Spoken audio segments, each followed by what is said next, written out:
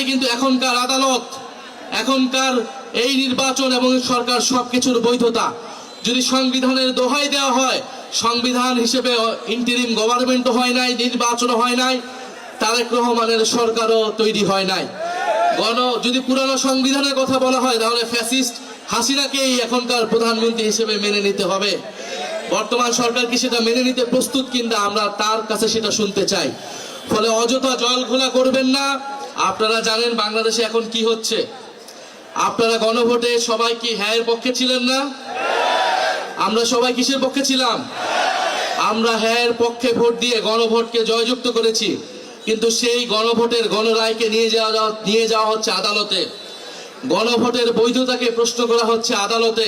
আমরা কি সেটা মানবো না। যদি জনগণের রায়কে আদালতে নিয়ে যাওয়া হয় তাহলে আমাদেরকেও রাজপথে যেতে হবে। কথা খুবই পরিষ্কার। আমরা জুলাইয়ের মতো স্লোগান দিতে চাই না, হাইকোর্ট না রাজপথ, কিন্তু এই স্লোগান দিতে আমাদেরকে বাধ্য করবেন না। আমরা জাতীয় সংসদ হয়েছে, সংসদকে সংস্কার পরিষদ সদস্য হিসেবে ঘোষণা করতে হবে এবং গণভোটের গণরায় অনুযায়ী সকল সংস্কার বাস্তবায়ন করতে হবে।